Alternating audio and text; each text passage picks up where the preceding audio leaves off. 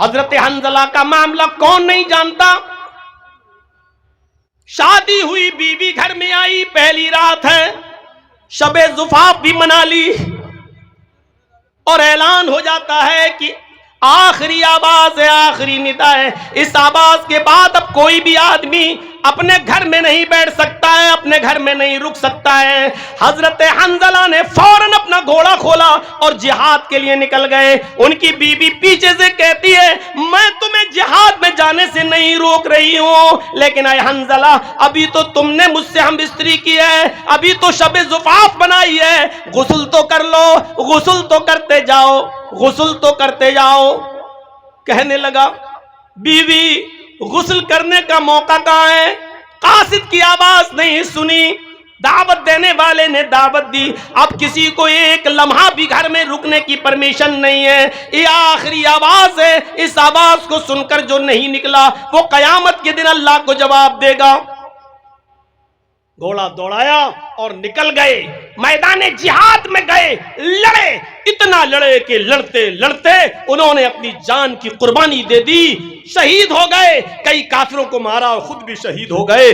میرے بھائیوں، جب ان کو دفنایا جانے لگا تو آپ کو شاید یہ مسئلہ معلوم ہو، جو اللہ کی راہ میں قتل کر دیا جاتا ہے اس شخص کو انہی کپڑوں میں دفنایا جاتا ہے جن کپڑوں میں اس کی شہادت ہوتی ہے، پہلی چیز۔ دوسری چیز یہ ہے کہ شہید کی نماز جنازہ نہیں پڑھی جاتی ہے۔ تیسری چیز یہ ہے کہ اس کو غسل نہیں دیا جاتا ہے اور بغیر غسل کے اس کو دفنایا جاتا ہے۔ قیامت کے دن شہید اسی حال میں اپنی قبر سے اٹھے گا کہ اس کے جسم سے خون کے قطرے گر رہے ہوں گے۔ اللہ رب العالمین ان قطروں کو دیکھ کر کہے گا فرشتوں اس سے کیا حساب لوں، یہ تو میری راہ میں سب کچھ قربان کر کے چلا آیا، اس کو جنت کے اندر داخل کر دو، جانے دو اس کو جنت کے اندر۔ تو جب حضرت حنزلہ کو دفنایا جانے لگا تو بیوی نے عرض کیا اے اللہ کے نبی میرے شوہر کو غسل دے دیجئے۔ اللہ کے نبی نے فرمایا حنزلہ کی بیوی شاید تمہیں پتہ نہیں، شہید کو غسل نہیں دیا جاتا ہے، جنازہ نہیں پڑھا جاتا ہے۔ کہنے لگی میں جانتی ہوں، مسئلہ معلوم ہے، لیکن میں کیسے بتاؤں؟ اے اللہ کے رسول آپ ہی فرماتے ہیں ان اللہ لا یستحی من الحق، اللہ حق بات سے نہیں شرماتا۔ کل ہی میرا نکاح ہوا، میری شادی ہوئی، میرا شوہر مجھے گھر لایا، پہلی رات ہی میرے ساتھ شب زفاف بنائی، جہاد کا اعلان سنا، رات ہی میں نکل گیا، اتنا لڑا کہ لڑتے لڑتے شہید بھی ہو گیا۔ اے اللہ کے نبی شب زفاف منانے کے بعد میرے شوہر غسل نہیں کر سکے اور بغیر غسل کے نکل گئے، اس لیے میں اس غسل کی بات کر رہی ہوں کہ میرے شوہر کو وہ غسل دے دو، میرے شوہر کو وہ غسل دے دیجئے جو بیوی سے ملنے کے بعد دیا جاتا ہے۔ میرے شوہر بغیر غسل کیے ہوئے نکل گئے اور شہید ہو گئے۔ تھوڑی دیر اللہ کے نبی نے توقف کیا، گویا کہ وحی کا انتظار کر رہے ہوں، اور تھوڑی دیر کے بعد کہنے لگے اے صحابیو حنزلہ کو ایسے ہی دفن کر دو۔ بی بی پھر بولی اے اللہ کے نبی میرے شوہر کے غسل کا کیا بنا؟ امام کائنات نے فرمایا اے حنزلہ کی بی بی تیرے شوہر کو میرے غسل کی ضرورت نہیں، آسمان سے اترنے والے 70,000 فرشتوں نے تیرے شوہر کو غسل دے دیا، تیرا شوہر غسیل الملائکہ ہے، اس کو غسیل الملائکہ کا خطاب مل گیا، تیرے شوہر کو 70,000 فرشتوں نے غسل دیا۔ یہ کون سا جوان آدمی تھا، شادی ہوئی، پہلی رات منائی اور جہاد کے لیے نکل گیا، اپنی خوبصورت بیوی کو بھی چھوڑ گیا، جہاد بھی اللہ کی عبادت ہے اور عبادت کے لیے نکل گیا۔ وَشَابٌ نَشَأَ فِي عِبَادَةِ رَبِّهِ، دوسرا وہ جوان آدمی عرش کے سائے میں ہوگا جو اپنے رب کی ہر وقت عبادت میں لگا ہوا ہے۔ یہاں صحیح سے بیٹھ کر جلسہ نہیں سن سکتے، عبادت کریں گے اللہ کی۔ 15 سال تو وہ ہو گئے جو یہاں آئے تھے پہلے، ورنہ اور 10 سال میرے جوڑ لو جو پہلے سے آ رہے ہیں۔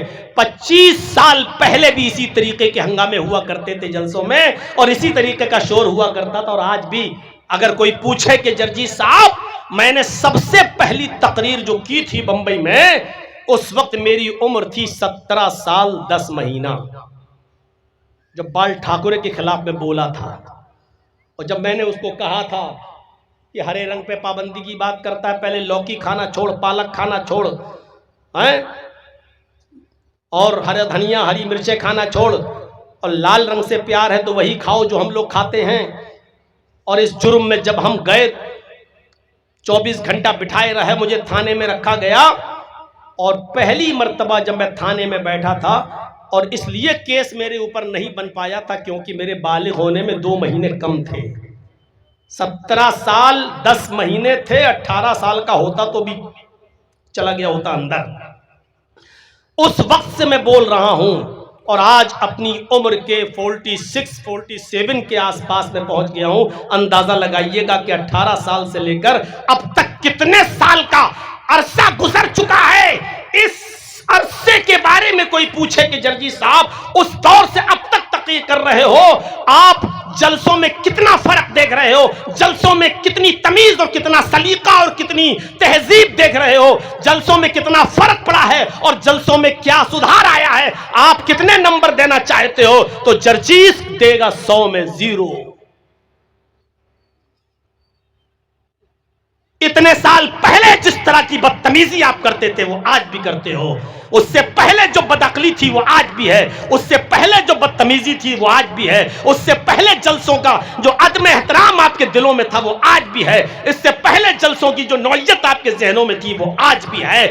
کوئی تبدیلی نہیں آئی ہے، قد تھوڑا سا بڑا ہو گیا ہے، فرق صرف اتنا ہے کہ پہلے جوان تھے، اب 4 بچوں کے باپ بن گئے ہو، بس اس سے زیادہ کوئی فرق نہیں آیا ہے۔ ہمارے سماج میں، ہماری سوسائٹی میں، ہمارے علاقے میں اور ہماری بستیوں میں، برا لگے تو لگتا رہے، مت بلائیے گا، کوئی فرق نہیں پڑتا، فرق کچھ نہیں پڑا ہے، نہ جہیز میں فرق، نہ شادیوں میں فرق، نہ جہیز کی ڈیمانڈ میں فرق، نہ لین دین میں فرق، میرے بھائیوں کوئی فرق نہیں پڑا ہے۔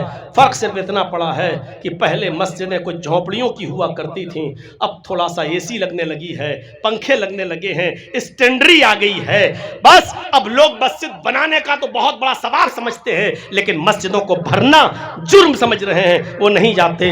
مسجد تو بنا لی شب بھر میں ایمان کی حرارت والوں نے، من اپنا پرانا پاپی رہا، برسوں میں نمازی بن نہ سکے۔ کوئی فرق نہیں پڑا ہے ہمارے اس سماج میں، اس سوسائٹی میں۔ وَشَابٌ نَشَأَ فِي عِبَادَةِ رَبِّهِ، چلیے دوسرا 7 تک جائیں گے تو فجر یہی ہو جائے گی۔ تیسری چیز دیکھیے، وَرَجُلٌ قَلْبُهُ مُعَلَّقٌ فِي الْمَسَاجِدِ۔ 7 چیزیں ہیں، 2 چیزیں بتا چکا ہوں، اور اب میں کسی کو کھڑا کر کے ان 7 چیزوں کو پوچھوں گا، دیکھیں کتنی غور سے سن رہا ہے وہ میری تقریر۔ 7 چیزیں جو بتائی تھی نا، اور جس کا سر جھکا ہوگا اسی کو پہلے کھڑا کروں گا۔ یاد رکھیے 7 چیزیں پہلے پھر سن لو۔ پہلی چیز عدل و انصاف کرنے والا، دوسری چیز نوجوان، لاسٹ میں پوچھوں گا کسی کو کھڑا کر کے۔ ابھی 2 چیزیں بتا دیں، وہ نوجوان جو اپنے رب کی عبادت میں لگا ہوا ہے۔ اب تیسری چیز پہ آئیے، وَرَجُلٌ قَلْبُهُ مُعَلَّقٌ فِي الْمَسَاجِدِ، وَرَجُلٌ قَلْبُهُ مُعَلَّقٌ فِي الْمَسَاجِدِ۔ تیسرا وہ آدمی اللہ کے عرش کے سائے میں ہوگا جس کا دل نماز کی طرف لٹکا ہوا ہے۔ اس طرح کیوں بیٹھے ہو؟ ارے بیٹھ جاؤ، چپل اتار کے اس کے اوپر بیٹھ جاؤ، تم تو ایسے بیٹھے ہو لگ رہا ہے جیسے یہاں لیٹرین کر رہے ہو۔ ہاں اس پہ ایسے بیٹھ جاؤ۔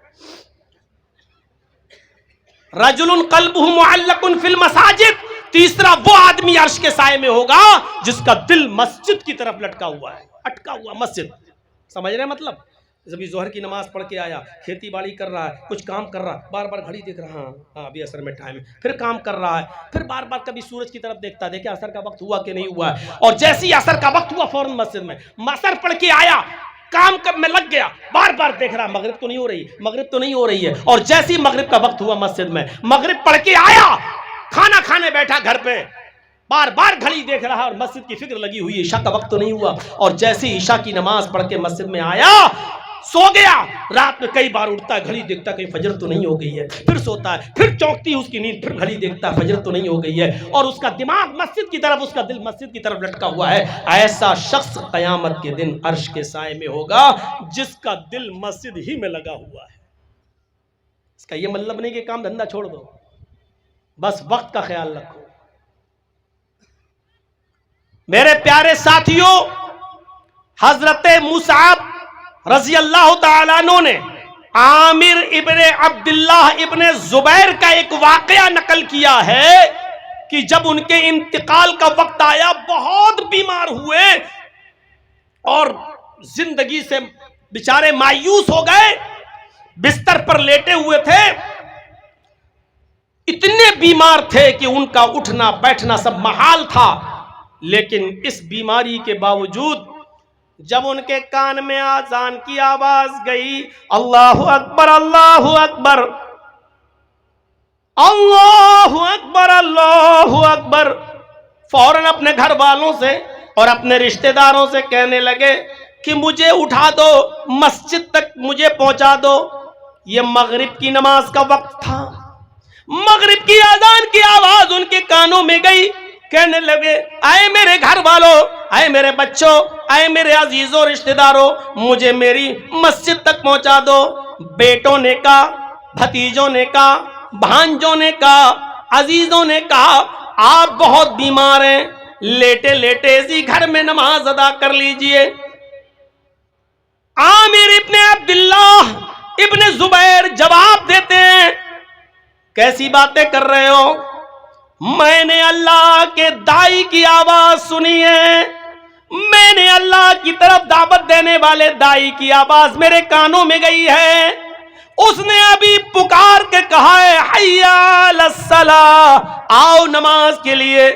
اے میرے عزیزوں، اے میرے بچوں، اے میرے رشتہ داروں، اللہ کی دعوت داعی کی آواز سن کر بھی میں لبیک نہ کہوں تو مجھ سے بڑا بد نصیب کون ہوگا، مجھ سے بڑا بدقسمت کون ہوگا؟ کہ نہیں، مجھے جانا ہے مسجد میں۔ ضد کی، اتنی ضد کی، مصعب ابن عمیر کہتے ہیں حضرت مصعب کہ ان کو ان کے رشتہ داروں نے اٹھا لیا اور اٹھانے کے بعد سہارا دے کر ان کو مسجد تک پہنچا دیا۔ وہ مسجد میں گئے، امام صاحب مصلی پر کھڑے تھے، یہ بیٹھ گئے اور بیٹھ کر نماز ادا کرنے لگے، امام کے پیچھے نماز۔ اس حال میں بھی اب آپ اندازہ لگائیے کہ کتنے بیمار تھے، ابھی آپ کو پتا چلے گا۔ جب پہلی رکعت کی قیام ختم ہوا، رکوع میں گئے، رکوع میں گئے، انہوں نے رکوع میں بھی بیٹھ کر رکوع کیا، سبحانک اللہم ربنا و بحمدک اللہم اغفر لی دعا پڑھا۔ اس کے بعد میں یہ سجدے میں گئے، پہلی رکعت کا سجدہ ہے، سجدے میں بھی انہوں نے دعا کی سبحانک اللہم ربنا و بحمدک اللہم اغفر لی، اور پہلا سجدہ کرنے کے بعد جب اٹھے امام نے دوسرا سجدہ نہیں کیا، ابھی یہ دعا پڑھ ہی رہے تھے رب اغفر لی رب اغفر لی، اتنا پڑا اور غشی آئی زمین کی اوپر، وہیں گر گئے، اور جیسے ہی گرے پہلی رکعت میں ہی ان کی روح قفس عنصری سے پرواز کر گئی۔ عامر ابن عبداللہ ابن زبیر مغرب کی پہلی رکعت میں ہی انتقال کر گئے۔ اب آپ اندازہ لگائیں انتقال جیسی کنڈیشن، لیکن کیا کہہ رہے ہیں کہ اللہ کے داعی کی آواز میرے کانوں تک پہنچ گئی ہے، اور میں اللہ کی آواز پر، اس کی دعوت پر میں لبیک نہ کہوں، میں مسجد نہ جاؤں، یہ کیسے ہو سکتا ہے؟ مجھے مسجد لے چلو۔ یعنی اس کنڈیشن میں بھی ان کا دماغ اور ان کا ذہن اور ان کا دل مسجد کی طرف لگا ہوا ہے۔ یہ لگاؤ ہمارا ہونا چاہیے مسجد کے ساتھ۔ کتنے لوگ ہیں جن نماز پڑھتے ہیں، مانتا ہوں، لیکن ہر وقت مسجد کی طرف دماغ لگا رہے، دل لگا رہے، کس کے پاس؟ ایک واقعہ سیر اعلام النبلہ کے اندر درج ہوا ہے، آپ اس واقعے کو پڑھیں گے تو تعجب کریں گے۔ اس میں تو عبید اللہ القواریری کا واقعہ نقل ہوا ہے۔ عبید اللہ القواریری جو ہر وقت مسجد میں نماز پڑھنے جاتے تھے اور جن کی پہلی تکبیر بھی کبھی فوت نہیں ہوتی تھی، بصرہ کے رہنے والے، اور ایک دن ان کے گھر پہ کوئی مہمان آ گیا، مہمان کی خاطر مدارات کرتے کرتے اتنی دیر ہو گئی کہ عشاء کی نماز کا وقت نکل گیا، یہ جلدی سے اس کو کھلانے میں لگ گئے، اور جب تک مہمان نے کھانا کھایا تو کہا کہ اب میں مسجد میں جا رہا ہوں نماز پڑھنے کے لیے۔ عبید اللہ القواریری جیسی مسجد کی طرف نکلے، نماز پڑھنے کے لیے جانے لگے، جب بصرہ کی مسجد میں پہنچے تو کیا دیکھتے کہ وہاں سے لوگ نماز پڑھ کے نکل رہے ہیں۔ پوچھا لوگوں کیا جماعت ختم ہو گئی؟ فرمایا ہاں. دوسری مسجد میں گئے، پتہ چلا ادھر بھی جماعت ہو گئی. تیسری مسجد میں گئے، پتہ چلا کہ ادھر بھی جماعت ہو گئی. سوچا کہ اب جماعت کہیں نہیں ملے گی، چلو اپنے گھر پہ نماز پڑھ لیتے ہیں. اب عبید اللہ القواریری جب اپنے گھر پہ آئے تو کہنے لگے، آئے میری بیوی، اللہ کے نبی صلی اللہ علیہ وسلم نے فرمایا جماعت کے ساتھ نماز پڑھنا اکیلے نماز پڑھنے سے، تنہا نماز پڑھنے سے 27 گنا زیادہ درجہ رکھتا ہے. یعنی جماعت کا ثواب 27 گنا زیادہ ملتا ہے تنہا نماز پڑھنے سے. اس لیے میں آج عشاء کی نماز 27 بار پڑھوں گا. عبید اللہ القواریری عشاء کی نماز پڑھنے کے لیے کھڑے ہو جاتے ہیں. ایک مرتبہ 4 رکعت پڑھ لی، دوبارہ پھر کھڑے ہو گئے، پھر عشاء کی 4 رکعت دوبارہ پڑھ لی، پھر کھڑے ہو گئے، پھر عشاء کی نماز 4 رکعت تیسری بار پڑھ لی، پھر کھڑے ہو گئے، اور چوتھی بار، پانچویں بار، چھٹی بار انہوں نے عشاء کی نماز کو 27 بار پڑھا، یہ سوچ کر کہ اب مجھے جماعت کا ثواب مل گیا ہوگا. 27 بار نہیں، 27 جماعت کے برابر ثواب پانے کے لیے 27 بار پڑھا. وہ 27 عشاء نہیں تھی، بلکہ اس نماز کو جماعت کے برابر ثواب مل جائے اس لیے 27 بار پڑھا. جب 27 بار نماز پڑھنے کے بعد جب وہ بستر پر سونے گئے تو رات میں خواب دیکھ رہے ہیں کہ میرا مقابلہ ہو رہا ہے گھوڑ سواروں کے ساتھ. تمام لوگ اپنے اپنے گھوڑے دوڑا رہے ہیں، میرا گھوڑا سب سے اچھا اور میں سب سے پیچھے. گھوڑے کو اینڑ لگائی، مجھ سے آگے جو گھوڑا دوڑا رہا ہے وہ کہنے لگا، آئے عبید اللہ، تم اپنے گھوڑے کو اینڑ کیوں لگا رہے ہو؟ تم اپنے گھوڑے کو کیوں مار رہے ہو؟ تم اپنے گھوڑے کو بار بار کیوں کچوکا دے رہے ہو؟ تم ہم سے آگے نہیں نکل پاؤ گے. کہنے لگے، واہ، میرا گھوڑا نیا، میرا گھوڑا جوان، میرا گھوڑا تر و تازہ، پھر ہم تمہارے ساتھ کیوں نہیں آ پائیں گے؟ ہم تمہارے ساتھ ضرور صف میں ملیں گے، ہم آتے ہیں ابھی. وہ آدمی نے کہا جو ان سے آگے چل رہا تھا، آئے عبید اللہ، تم گھوڑے کو تھکا بھی دو گے تب بھی تم میرے مقابلے پہ نہیں آ سکتے، میرے ساتھ نہیں آ سکتے، اس لیے کہ میں نے عشاء کی نماز جماعت کے ساتھ پڑھی ہے اور تم نے عشاء کی نماز جماعت کے ساتھ نہیں پڑھی. یعنی 27 مرتبہ نماز پڑھنے کے باوجود بھی ان کی نمازوں کو وہ مقام اور وہ درجہ نہیں ملا جو جماعت کے ساتھ نماز پڑھنے والے کو ملتا ہے. اس واقعے کو سیر اعلام النبلہ میں دیکھا جا سکتا ہے. اب آپ اندازہ لگائیے میرے پیارے ساتھیوں کہ مسجد میں نماز پڑھنا اور مسجد کی طرف دماغ لگانا اور دل کا اٹکا ہونا یہ عرش کے سائے میں جگہ پانے کا سبب ہے. لہذا ہمیں ہر وقت مسجد کی طرف ہمارا دل لگا ہوا ہونا چاہیے. یہی ایک واقعہ کافی ہے. 3 چیزیں ہو گئیں. عدل و انصاف کرنے والا پہلا، وہ جوان جو اپنے رب کی عبادت میں لگا ہوا ہے دوسرا، اور وہ آدمی جس کا دل مسجد کی طرف ہر وقت لگا ہوا ہے تیسرا. چوتھا، وَرَجُلَانِ تَحَابَّا فِي اللَّهِ اجْتَمَعَا عَلَيْهِ وَتَفَرَّقَا عَلَيْهِ. جس نے کسی سے دوستی کی تو اللہ کے لیے، کسی سے دشمنی کی تو اللہ کے لیے، کسی سے ملتا ہے تو اللہ کے لیے اور کسی کو چھوڑتا ہے تو اللہ کے لیے، اس میں اس کا ذاتی مفاد شامل نہیں ہوتا ہے. آج تو یہی ہے، ہم کسی سے دوستی کرتے ہیں تو ذاتی مفاد کے لیے اور کسی سے دشمنی کرتے ہیں تو ذاتی مفاد کے لیے. میرے بھائیوں، آج تک کسی نے کیا اللہ کے لیے کسی سے دشمنی کی؟ آپ اپنے گاؤں میں بہت سے لوگوں سے نہیں بولتے ہو، لیکن وجہ کیا ہے؟ وجہ کیا ہے؟ اس نے آپ کی زمین پر قبضہ کیا. وجہ کیا ہے؟ اس نے آپ کے گھر سے اونچا اپنا گھر بنا لیا. وجہ کیا ہے؟ اس نے آپ سے قرض لیا تھا 1 مہینے کا وعدہ کر کے، لیکن 2 مہینے ہو گئے ابھی تک آپ کا قرضہ نہیں دیا.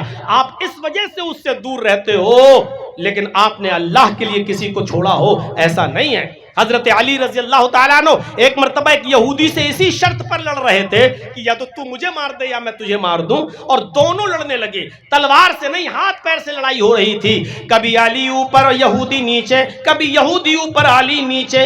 یہ لڑائی بہت دیر تک چلتی رہی اور آخر میں علی غالب آ گئے اور حضرت علی نے اس یہودی کا گلا پکڑ کے دبانا شروع کر دیا ایسے. اور یہ شرط ہی ہے، تو مجھے مار دے یا میں تجھے مار دوں. جب گلا پکڑ کے اس کا دبانے لگے حضرت علی تو یہودی نے اپنے منہ میں بہت سا تھوک جمع کیا، آ کر کے تھوک دیا حضرت علی کے چہرے پہ. حضرت علی نے اس کا گلا چھوڑ کے ایسے تھوک کو پوچھنے لگے اور پھر غصہ آیا تو اور کس کے اس کا گلا پکڑ کے دبانے لگے. پھر سوچا نہیں اب تو چھوڑ دیا اور کہا بھاگ یہاں سے، ہٹ جاؤ یہاں سے. وہ جانے لگا. جاتے جاتے کہنے لگا اے علی عجیب چیز ہے، شرط تو یہ تھی تم مجھے مار دو میں تمہیں مار دوں، تم تو غالب بھی آ گئے تھے، میرا گلا بھی پکڑ لیا تھا، مارنے ہی والے تھے، جب میں نے تمہارے اوپر تھوکا چہرے پر تو میں نے دیکھا کہ تمہیں اور غصہ آیا، جب اور غصہ آیا تو اس غصے میں تو میں نے سمجھ لیا تو اب میری جان گئی، لیکن جب اور غصہ آیا تو تم نے مجھے چھوڑ دیا، آخر یہ کیا بات رہی؟ تو حضرت علی نے کہا جب تک میں غصے میں تھا میں اللہ کے لیے تھا، اور میں تیرا گلا اللہ کے لیے دبا رہا تھا، اور اس پر مجھے ثواب کی امید تھی کہ اللہ مجھے ثواب دے گا، لیکن جب تو نے میرے چہرے پر تھوکا مجھے مزید غصہ آیا، وہ غصہ اللہ کے لیے نہیں تھا، وہ میرے چہرے پر تھوکنے کی وجہ سے میرے اندر بڑھ گیا، اگر اس غصے میں تو مارا جاتا تو یہ اللہ کے لیے نہیں، یہ میرا ذاتی انتقام ہوتا، یہ میرا ذاتی بدلہ ہوتا، اس لیے میں نے ذاتی بدلہ نہیں لیا، ذاتی انتقام نہیں لیا، پھر میں نے تجھے چھوڑ دیا، کیونکہ اب یہ لڑائی اللہ کے لیے نہ رہی، اگر اس غصے میں تو مارا جاتا تو یہ میرا ذاتی انتقام ہوتا، اللہ کے لیے نہیں۔ آپ نے کسی کو اللہ کے لیے چھوڑا ہے؟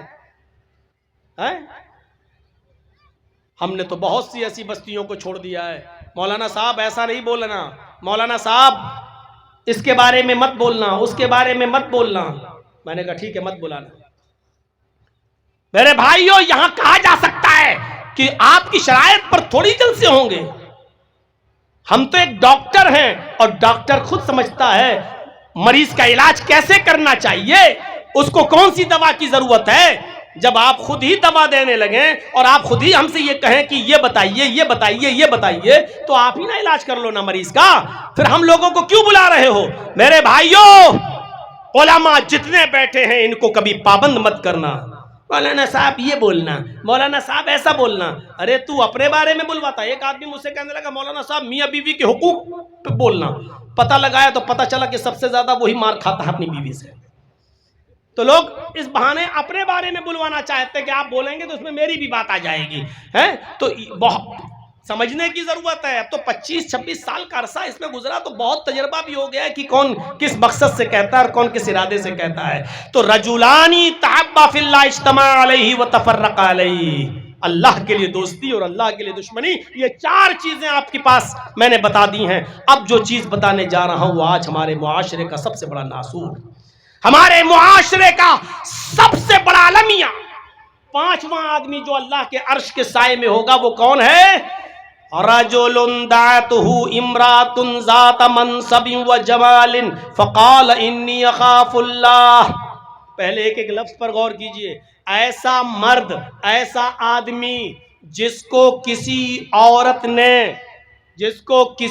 عورت نے برے کام کے ارادے سے بلایا ہو، اور وہ عورت بھی بازارو نہیں، سنیے، وہ عورت بھی جسم فروش نہیں، 500 اور 1000 روپے میں اپنا جسم بیچنے والی نہیں، حدیث کے الفاظ پر غور کرو، ذات منصب، بہت شریف گھرانے کی، حسب و نسب والی، عزت دار گھر کی عورت، عزت دار گھر کی عورت، وجمال، اور حسن و جمال کی دیوی، بہت خوبصورت حسین و جمال عورت۔ طلبتہم رات یدعتہم رات ذات منصب و جمال، جس مرد کو کسی خوبصورت حسین و جمیل عورت نے، شریف گھر کی، خاندان کی، بہت ہی زیادہ شرافت چھلک رہی ہے اس کے چہرے پر، ایسی شریف عورت، شریف خاندان کی عورت جس نے اس کو برے کام کے لیے بلایا اور اس آدمی نے ایسی عورت کی دعوت کو ٹھکرا دیا۔ نہیں، وہ کہہ رہی آؤ میرے پاس، چلو میرے روم میں، چلو میرے کمرے میں، اور اس نے کہہ دیا انی اخاف اللہ، دور ہو جاؤ، میں اللہ سے ڈرتا ہوں۔ اللہ کے خوف کی وجہ سے اس عورت کو چھوڑ دیا تو یہ آدمی بھی اللہ کے عرش کے سائے میں۔ ہم تصور نہیں کر پا رہے ہیں کس عورت کے بارے میں، ارے بازارو عورتوں کا تو میں تصور ہی نہیں کر، آپ کو بتا ہی نہیں رہا ہوں، یہ تو روز ایسی عورت کو جو پیسے والی بھی ہے، دولت والی بھی ہے، جس کے پاس پیسوں کی کمی نہیں، یعنی اگر آپ اس کے ارادے کو پورا کر دیں تو وہ آپ کو الٹا پیسہ بھی دے رہی ہے، آپ کو عزت بھی دے رہی ہے، آپ کی بات بھی چھپا رہی ہے، آپ کو اپنے گھر آنے کا موقع بھی دے رہی ہے، آپ کے پاس تنہائی کے سارے موقع خود عورت دے رہی ہے. آؤ، تمہیں ٹینشن کی ضرورت نہیں ہے، تم آؤ میرے پاس، میں سنبھال لوں گی، کوئی معاملہ نہیں. اور وہ بہت اونچے گھر کی، ذات منصب، حسب و نسب اونچا، ذات برادری اونچی، کاسٹ اونچی، عزت دار گھر کی، بڑی اونچے گھر کی لڑکی، بڑے گھر اونچی اور خوبصورت بھی بے انتہا، ایسی عورت، اور آپ کے پاس پورا موقع ہے اس کی بات ماننے کا، پورا موقع ہے اس کے ساتھ غلط کام کرنے کا، پورا اختیار بھی ہے آپ کے پاس، لیکن آپ کے دل میں اللہ کا خوف ایسے موقع پہ آ جائے، اور ایسے موقع پہ آنے کے بعد آپ کہہ دیں انی اخاف اللہ، میں اللہ سے ڈرتا ہوں، نہیں میں تیرے قریب نہیں آ سکتا، میں اللہ کو جواب دینا ہے. ایسا شخص بھی قیامت کے دن اللہ کے عرش کے سائے میں ہوگا. بخاری شریف کے اندر ایک واقعہ آیا ہے، مرثد ابن ابی مرثد رضی اللہ تعالیٰ عنہ جو حالت کفر میں تھے، اسلام لائے تو اللہ کے نبی جناب محمد رسول اللہ صلی اللہ علیہ وسلم نے ان کو مکے میں بھیجا، کیونکہ یہ پہلے چوریاں کیا کرتے تھے. اسلام لانے کے سے پہلے ان کو معلوم تھا کہ چور بیڑیاں کیسے توڑتا ہے، تالے کیسے توڑتا ہے، چوری کیسے کرتا ہے. تو کچھ صحابہ مکے میں کافروں کے پاس قید تھے. اللہ کے نبی نے کہا ان کے گھروں میں نقب لگا کر ہمارے ان مظلوم صحابہ کو جن کو کافروں نے قید کر کے رکھ لیا ہے ان کو چھڑا کے لاؤ. اب تم اسلام لا چکے ہو تو ایک چوری ہمارے لیے کرو. اور وہ چوری کیا ہے؟ تم مسلمان صحابہ کو کافروں کے گھروں سے نقب لگا کر ان کی بیڑیاں توڑ کر ان کو چھڑا کے مدینے میں لاؤ. تو یہ گئے، کئی مرتبہ لا چکے. ایک مرتبہ جب مکے پہنچے تو کسی قیدی کو لانا تھا، کسی قیدی کو چھڑانا تھا کسی گھر میں نقب لگا کر. تو رات کا وقت انہوں نے چنا. جب رات کا وقت آیا میرے بھائیو، ایک پہاڑی کی دیوار سے وہ سٹ کر چھپ کر بیٹھ گئے کہ تھوڑی سی اور رات ہو جائے تب ہم گھر میں گھسیں. اچانک وہاں سے ایک عورت آتی ہے، اس نے پہاڑی کی دیوار کے اوپر ایک سایہ دیکھا، کالے رنگ کا سایہ دیکھا. وہ سمجھ گئی کہ اس پہاڑی کے آس پاس کوئی آدمی موجود ہے. وہ چونکہ بدچلن عورت تھی جس کا نام عناق تھا، وہ قریب آتی ہے، اور جب پہاڑی کے قریب آتی ہے تو کیا دیکھتی ہے کہ اس پہاڑی کے پیچھے تو ایک آدمی چھپا ہوا ہے. رات کے اندھیرے میں جب یہ اور قریب گئی تو پہچان جاتی ہے اور کہتی ہے ارے تم تو مرثد ہو. حضرت مرثد نے جب اپنا چہرہ اٹھا کر دیکھا تو کہنے لگے ارے تم تو عناق ہو، اتنی رات میں تم یہاں کیا کرنے آئی ہو؟ اس نے کہا اے مرثد کیا ہو گیا تمہیں؟ اتنے دنوں سے اتنے سالوں سے تم کہاں غائب تھے؟ میں تمہاری جدائی کے لیے تڑپ گئی، میں کتنی پریشان ہوں، میں نے کتنی تمہیں بار یاد کیا. چلو چلو باقی باتیں کل ہو جائیں گی، آج کی رات فضول باتوں میں مت گزارو، میرا گھر خالی پڑا ہے، آؤ پہلے اپنے گھر چلتے ہیں، پہلے اپنی آرزویں پوری کرتے ہیں، اپنی تمنائیں پوری کرتے ہیں. یہ کس نے کہا؟ عناق نے. کس سے کہہ رہے ہیں؟ حضرت مرثد ابن ابی مرثد سے. اور یہ مرثد خود اس کے عورت سے پہلے تعلقات قائم کر چکے ہیں، زمانے جاہلیت میں اسلام لانے سے پہلے اس کے ساتھ زناکاری کر چکے ہیں، اس کی دوستی بھی ان کے ساتھ رہ چکی ہے. لیکن جب عناق ہاتھ پکڑ کر کھینچتی ہے، کہتی جلدی چلو، اس رات کا وقت کہیں گزر نہ جائے، آؤ میرے گھر میں چلو. جیسے ہی عناق نے مرثد ابن ابی مرثد کا ہاتھ پکڑا، حضرت مرثد نے اس کے ہاتھ کو پکڑ کے جھٹک دیا اور کہنے لگا عناق دور ہو جاؤ، اب میں وہ مرثد نہیں رہا جو تم سمجھ رہی ہو.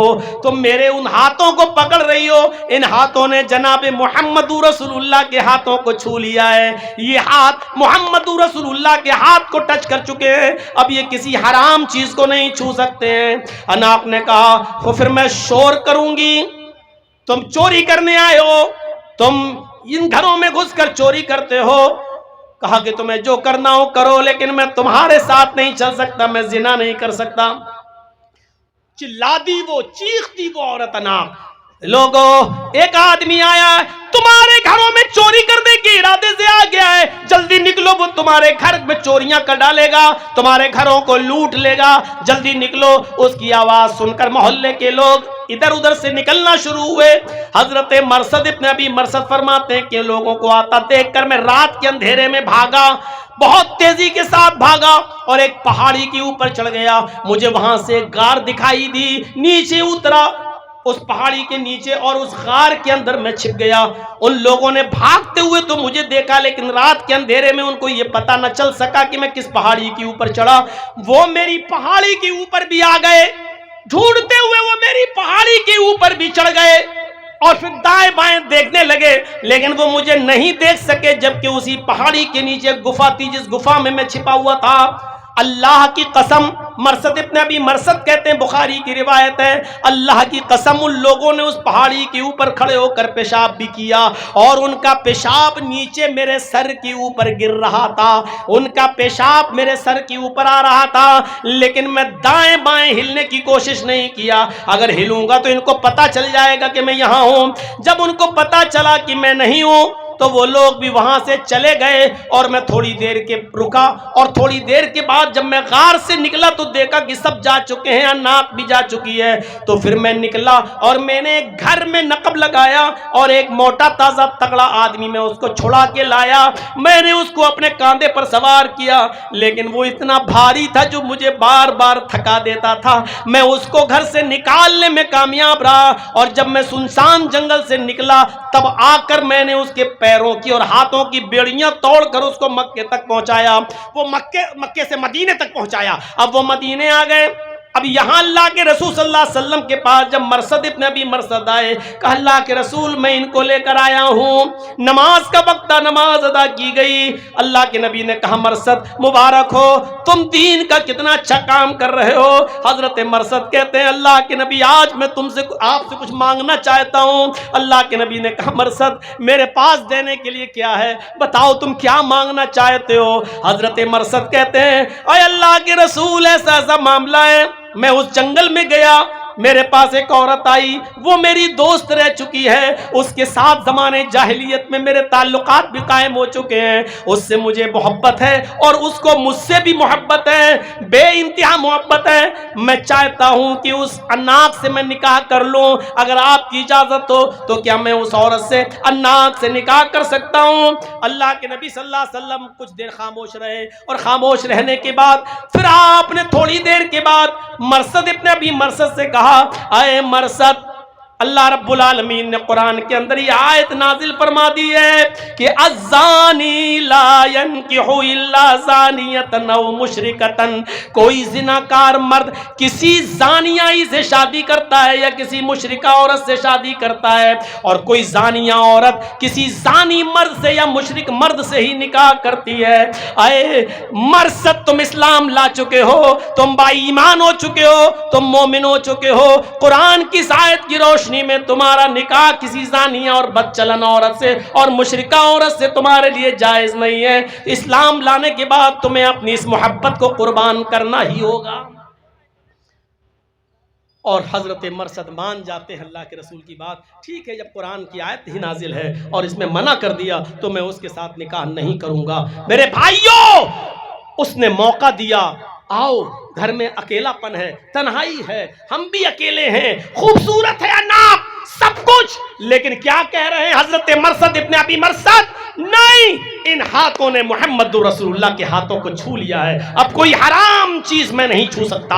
اے اناق تو جاؤ، میں تیرے ساتھ زنا نہیں کر سکتا، یعنی میں اللہ سے ڈرتا ہوں. میرے بھائیوں، یہ بد چلن اور بدکار عورتوں کے پاس تو آدمی پیسہ دے کر جاتا ہے، یہاں اس کی بات ہو رہی ہے جس کے پاس پیسہ نہ ہو، عورت خود دولت لٹا رہی ہو، عورت خود روم دے رہی ہو، عورت خود تنہائی کا موقع دے رہی ہو، اور ذات و منصب والی ہو، اور جاہو جلال والی بھی ہو، پیسے والی بھی ہو، دولت والی بھی ہو، عزت والی بھی ہو، اور خوبصورت بھی ہو، ایسی عورت کو کہہ دینا کہ میں اللہ سے ڈرتا ہوں، ایسا شخص قیامت کے دن عرش کے سائے میں ہوگا.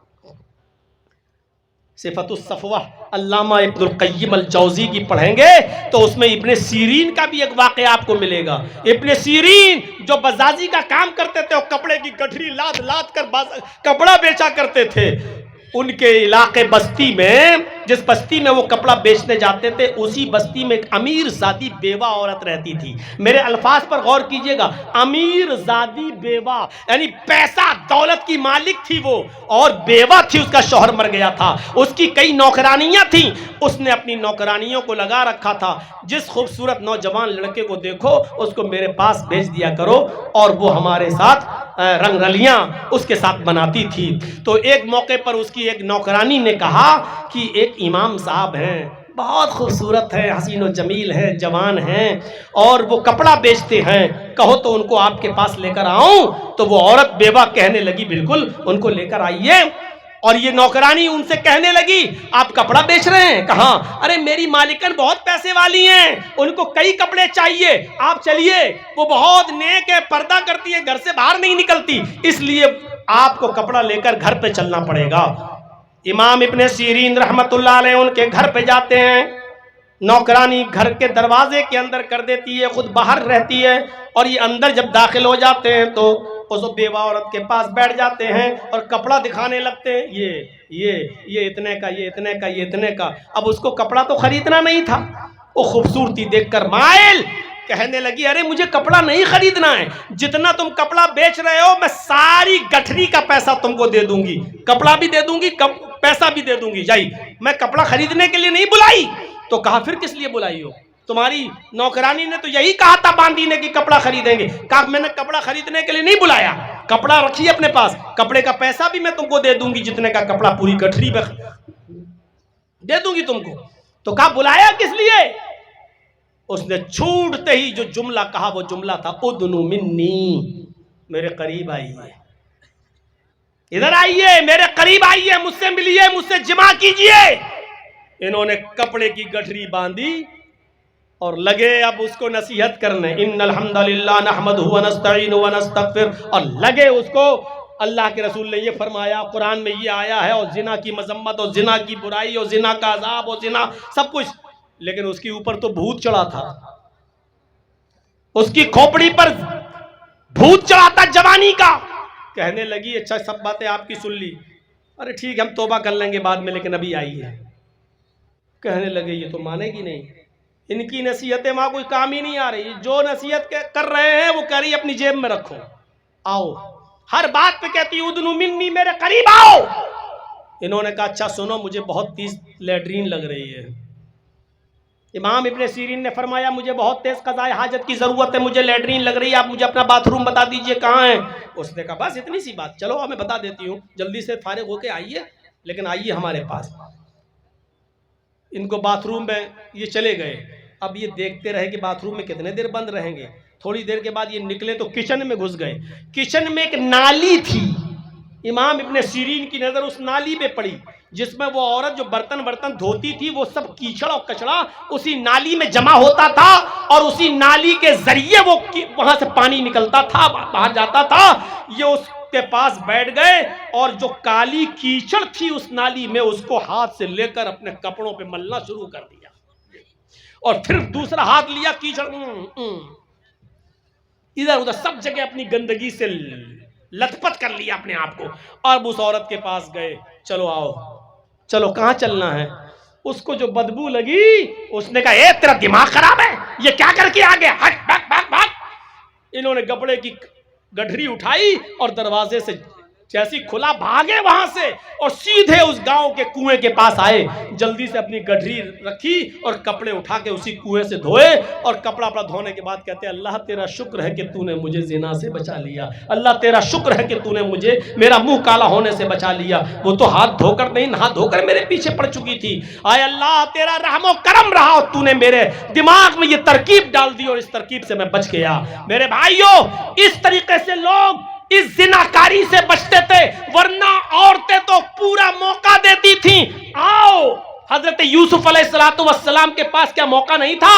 بادشاہ مصر کی بیوی نے پورا موقع دیا تھا, یہ دروازہ بھی بند, وہ دروازہ بھی بند, یہ دروازہ بھی بند. ایک دروازہ نہیں, غلقت الابواب, کئی دروازے تھے, سارے دروازے بند کر کے کہنے لگی ہائی طلق, آئی یوسف آؤ میرے پاس.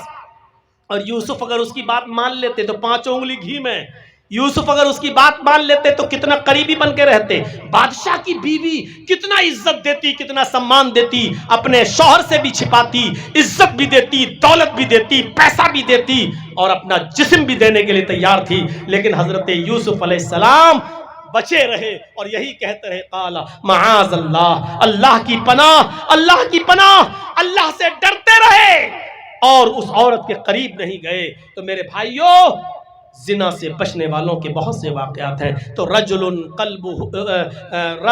دعته امرأة ذات منصب و جمال فقال انی اخاف اللہ. پانچواں وہ آدمی عرش کے سائے میں ہوگا جس کو کسی خوبصورت, حسین و جمیل, شریف عورت نے برے کام کے لیے بلایا اور اس نے کہہ دیا کہ میں اللہ سے ڈرتا ہوں. پانچواں آدمی. چھٹا آدمی کون سا ہوگا جو عرش کے سائے میں ہوگا؟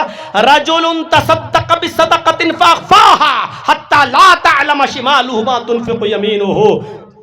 چھٹا آدمی وہ اللہ کے عرش کے سائے میں ہوگا جس نے کسی کو چھپا کر چپکے سے صدقہ اور خیرات کیا ہوگا, اور اتنا چپکے سے دیا ہوگا کہ داہنے ہاتھ سے دیا ہو اور بائیں ہاتھ کو بھی کسی کو خبر نہ ہو, بائیں ہاتھ کو بھی خبر نہ ہو, چپکے سے دیا ہو, دائیں ہاتھ سے دیا ہو اور بائیں ہاتھ کو بھی خبر نہ ہو. اس کا مطلب کیا ہے؟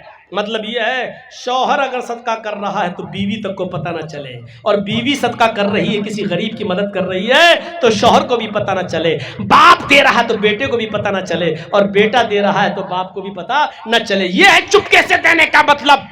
آئے رمضان کے مہینوں میں غریبوں کو ساڑیاں دینے والوں, رمضان کے مہینے میں غریبوں کو کپڑے دینے والوں, رمضان کے مہینے میں چادریں دینے والوں, صدقہ و خیرات کرنے والوں, اس غریب کی مدد کرتے وقت ویڈیو بنانے والوں, ان کے فوٹو کھینچ کے واٹس ایپ گروپ پہ ڈالنے والوں, اور یہ دکھانے والوں کہ میں نے آج اتنے غریبوں کی مدد کی ہے, تم اللہ کے عرش کے سائے میں جگہ نہیں پاؤ گے, اس لیے کہ تم نے اپنے صدقے و خیرات کی نمائش کی ہے, تم نے اس غریب کو بھی ذلیل کیا ہے, تم نے اس غریب کو بھی رسوا کیا ہے.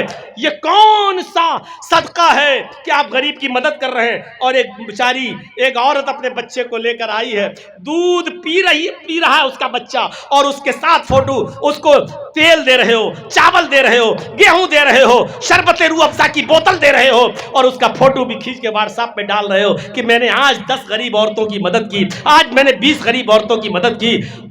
تم نے اس عورت کو بھی ذلیل کر دیا, جبکہ صدقہ و خیرات کا تو یہ حکم تھا کہ تم داہنے ہاتھ سے دو تو بائیں ہاتھ کو بھی خبر نہ ہو. یعنی اس عورت کی اور اس آدمی کی بھی عزت داؤں پہ نہ لگے, اس کی بھی بے عزتی نہ ہو جس کو آپ دے رہے ہو.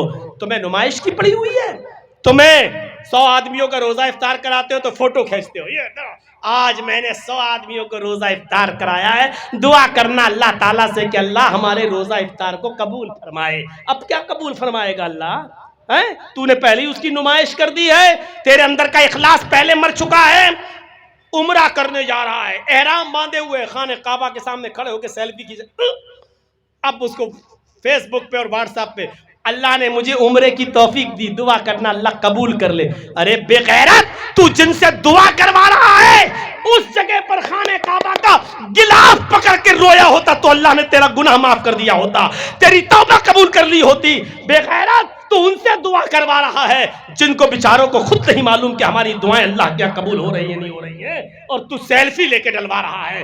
سب سے بڑا ناسور ہمارے زمانے کا یہ ہے کہ آج مولویوں کی تصویریں, آج علماء کی تصویریں اور ان کی سیلفیاں کھینچی جاتی ہیں اور اس کو بڑا فخر کے ساتھ شیئر کیا جاتا ہے.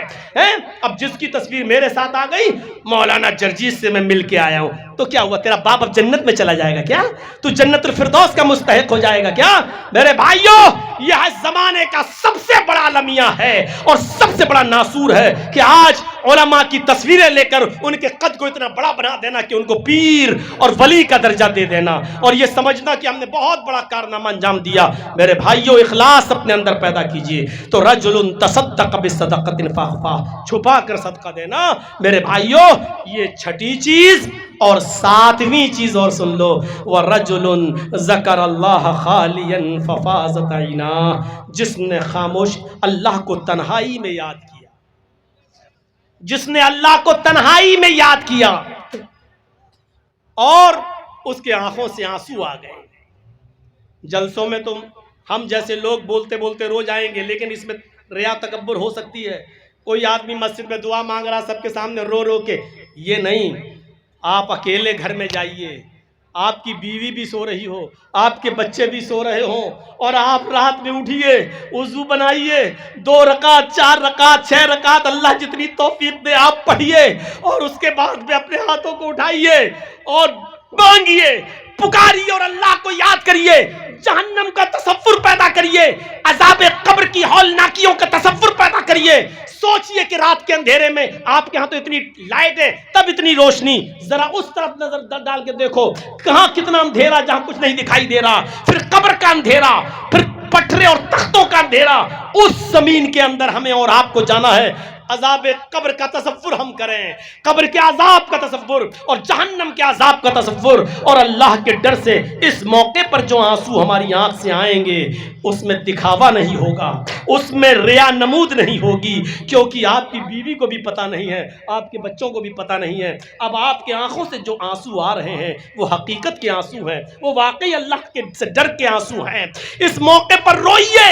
اور اللہ نے کہا جو تنہائی میں مجھے یاد کر کے رو دیا، رجل ذکر اللہ، جس نے تنہائی میں اللہ کو یاد کیا، ففاضت عینا، اور اس کی آنکھوں سے آنسو بہ گئے، آنکھوں سے آنسو نکل گئے، تو ان آنسوؤں سے ہم اس کے گناہوں کی سیاہی کو دھل دیں گے، اور یہ شخص کل قیامت کے دن عرش کے سائے میں جگہ پائے گا.